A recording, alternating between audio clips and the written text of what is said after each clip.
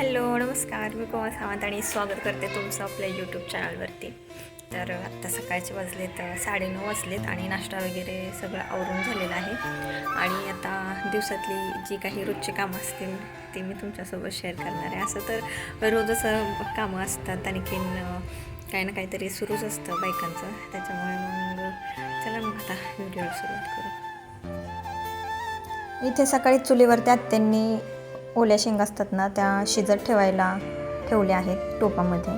आणि हा एक टोप भरला आहे आणि अजून एक टोप शिजवायचा आहे, पण त्या बसत नव्हत्या ना, म्हणून एका टोपात शिजवत ठेवलं. आणि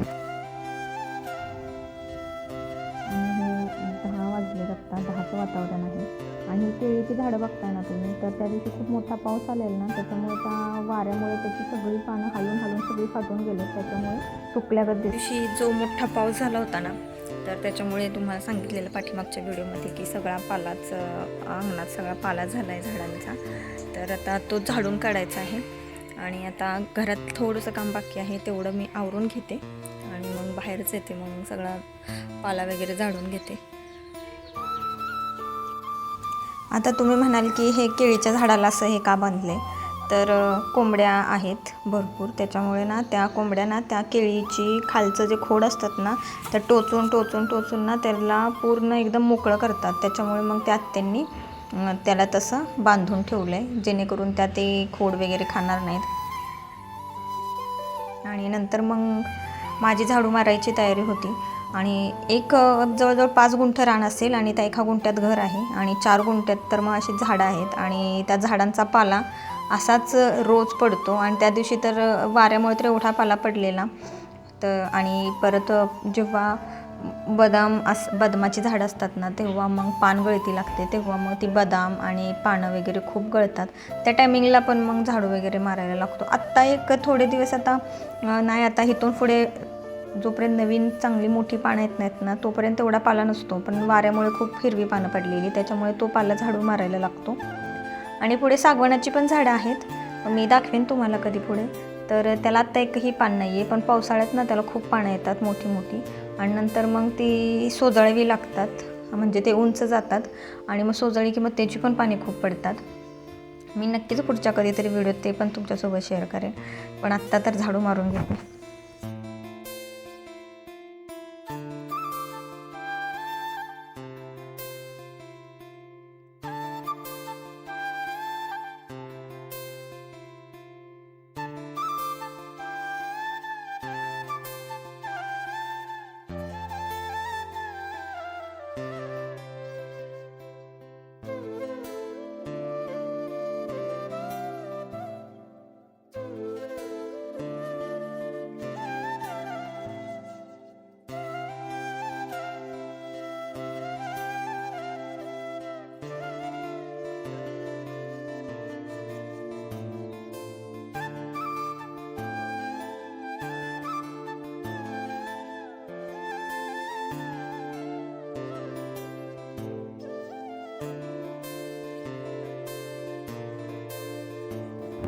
आज ठरवलंच होतं की झाडू मारायचा, कारण की 2-3 दिवस झालं पाला पडून. पण ऊनच एवढं लागतं आहे की सकाळी मारू आणि संध्याकाळी मारू याच विचारात होते. सकाळी मारायचं म्हटलं तर ऊन खूप लागतं आहे, संध्याकाळी जर झाडू मारायला गेलं तर वारा खूप येतो, पावसाचं वातावरण होतं. त्याच्यामुळे मग ते झाडू मारणं शक्यच झालं नाही. म्हणलं आज काही पण करून झाडू मारून घ्यायचा, कारण की घरासमोरच आहे ते आणि दारात सगळं पालाच दिसतो आहे, मग ते खूप खराब दिसत होतं, म्हणून आज झाडू मारायलाच घेतला.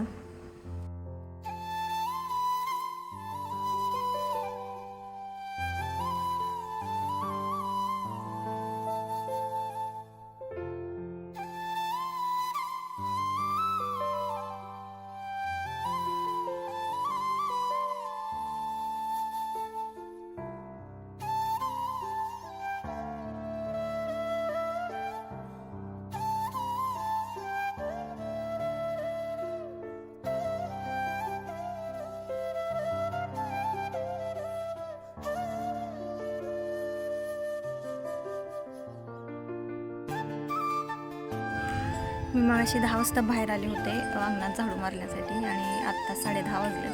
आत्ताशी फक्त अंगण झाडून झालेलं आहे आणि 2 ते 3 मोठे ढीग पाल्याचे निघलेले आहेत. अजून अर्ध मला झाडून काढायचं आहे. आणि खालच्या साईडचं म्हणजे तिकडचं खालच्या साईडच्या गाडीच्या तिकडचा जो पट्टा आहे ना तो राहिलेला आहे. तर तो आता मी संध्याकाळीच करणार आहे, कारण की आता एवढं ऊन लागतं ना, खूप ऊन लागतं आहे. त्याच्यामुळे मग आता एवढं करते आणि हा सगळा पाला मी भरून घेणार आणि बाहेर नेऊन टाकून जाळून टाकणार आहे. आता हे भरून घेते, मग नंतर पुढच्या साईडचं झाडून काढते तुला. तर फक्त आत्ता अर्धाच रानातला माझा झाडू मारून झालेला आहे आणि 3 ढीग एवढे मोठे झालेले आहेत. तर हे सगळे मी आता पहिल्यांदा उचलून बाहेर फेकून येणार आहे, नाहीतर मग सगळं ना पुढचा झाडू मारेपर्यंत पाठीमागे सगळ्या कोंबड्यांना त्या उकरून सगळा परत पाला इकडे तिकडे पसरून देतात. त्यामुळे सगळं बाहेर मी टाकून देणार आहे. आणि हा घराचा पाठीमागचा स्पेस आहे. इथे पण त्या दिवशी वाऱ्यामुळे खूप असं पाला पडला होता. आणि ही जी पाईप दिसते ना तुम्हाला, तर ही इथे पाठीमागच्या साईडला ना आम्ही कपडे वगैरे धुतो, तर त्याचं पाणी वेस्ट जात होतं. म्हणून मग फौजी जेव्हा सुट्टीवरती आले होते तेव्हा त्यांनी ही आयडिया केली की इथे पाईप लावली आणि एल्बो वगैरे टाकून मग इकडच्या या साईडला पाणी सोडून दिलं. इथे या आंब्याच्या झाडाला जातं आणि पलीकडच्या साईडला दाखवलं तसं केळीच्या झाडाला जातं. आणि हे बघितलं तुम्ही की त्या दिवशी वाऱ्यामुळे ना ह्याची एक फांदीच तुटली आणि या फांदीला जवळजवळ 20 ते 25 जास्तच आंबे असतील. आणि आता हे सगळे असे सुकून गेले सगळे आंबे, आता याचा काहीच उपयोग नाही आहे. पण पूर्ण फांदी तुटली, म्हणजे एवढं मोठं झाड होतं आणि त्याच्यानंतरनं आपण जेव्हा त्याची काळजी घेतो आणि त्याच्यानंतर जर ही अशी झाडांच्या फांद्या वगैरे तुटल्या तर खूप वाईट वाटतं. त्याची फळंसुद्धा म्हणजे सगळी वाया गेलेत आता.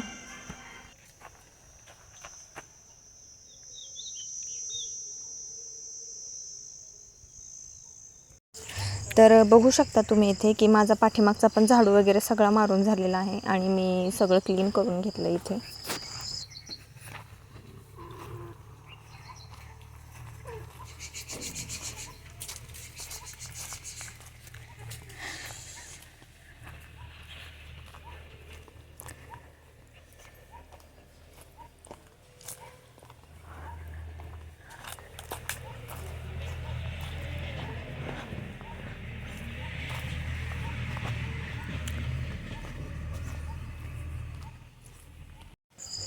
बघा कसं आहे गावाकडचं ऊन, आणि हे ऊन आहे 11 वाजताचं, म्हणजे सकाळचे 11 वाजलेत आणि असं काही ऊन दिसतं आहे. एवढं कडक ऊन आहे ना, खूपच कडक आहे.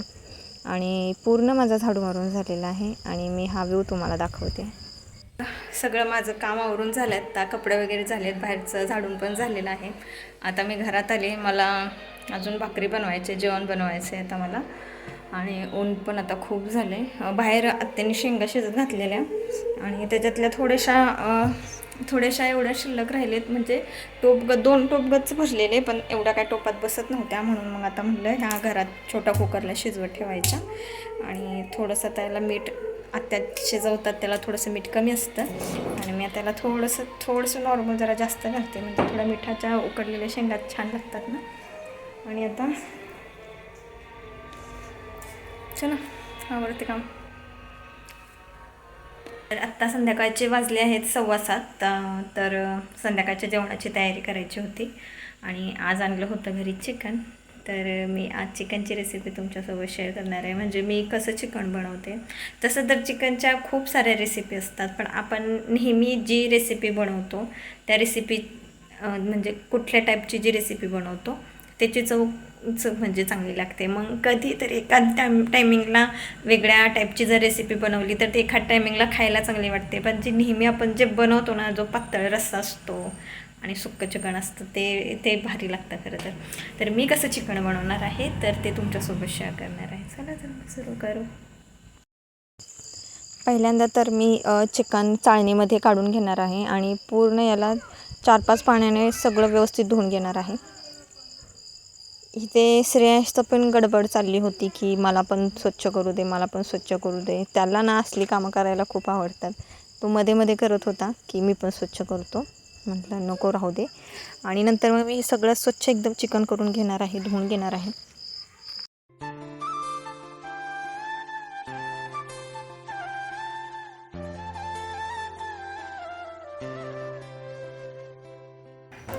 पहिल्यांदा तर इथे मी टोप गरम करायला ठेवला आहे गॅसवरती आणि त्याच्यात तेल आणि कांदा घालून व्यवस्थित छान असं सोनेरी कलरचं होईपर्यंत परतून घेणार आहे. त्याच्यात मी हळद टाकली आणि हळद मीठ टाकून फक्त शिजवून घेणार आहे. त्याच्यात पाणी नाही घालणार, फक्त वाफेवरती शिजवून घेणार आहे आणि त्याची चव छान लागते. आणि असं टोपावरती पाणी ठेवले मी, जेणेकरून नंतर मग जेव्हा मसाला घालून जेव्हा आपण रस्सा बनवतो तेव्हा ते गरम पाणी मग त्याच्यात टाकायचं.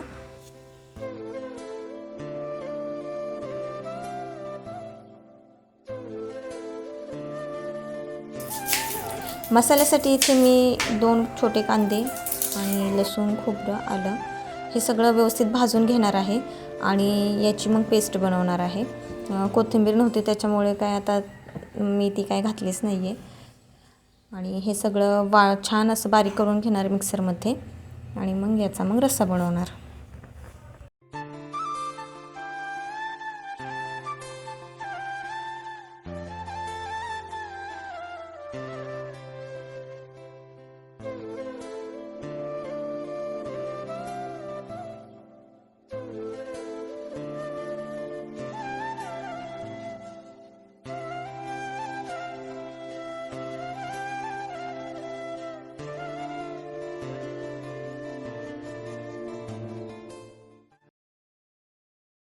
तर एकीकडे मी चिकन शिजायला ठेवलं होतं आणि आता मी पहिल्यांदा तर खोबरं भाजून घेणार आहे.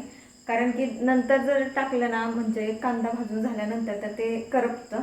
त्याच्यामुळे पहिल्यांदा तर मी खोबरं भाजून घेणार आहे आणि मग हळूहळू मग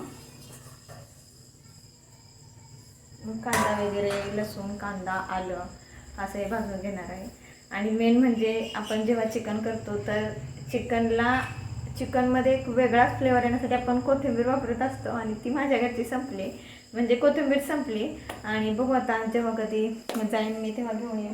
आणि आत्ता नाही आहे मेन चिकन बनवण्यासाठी, तर ठीक आहे, काही हरकत नाही. मी कांदा आणि खोबरं, लसूण याचं चिकन बनवते.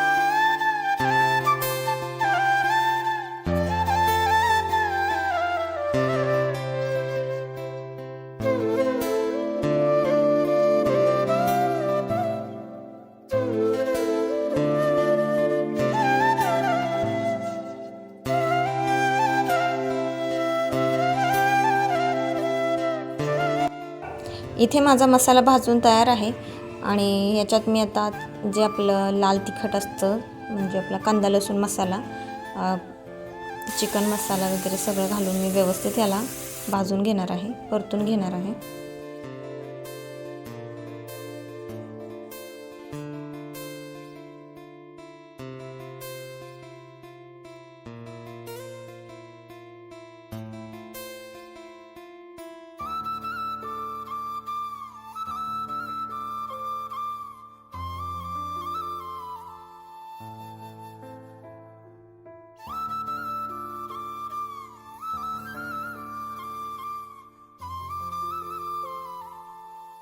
चला तर मग आजचा हा चिकनचा रस्सा बनवून तयार आहे आणि आजचा हा व्लॉग तुम्हाला कसा वाटला कमेंट करून नक्की कळवा. भेटू नेक्स्ट व्लॉगमध्ये.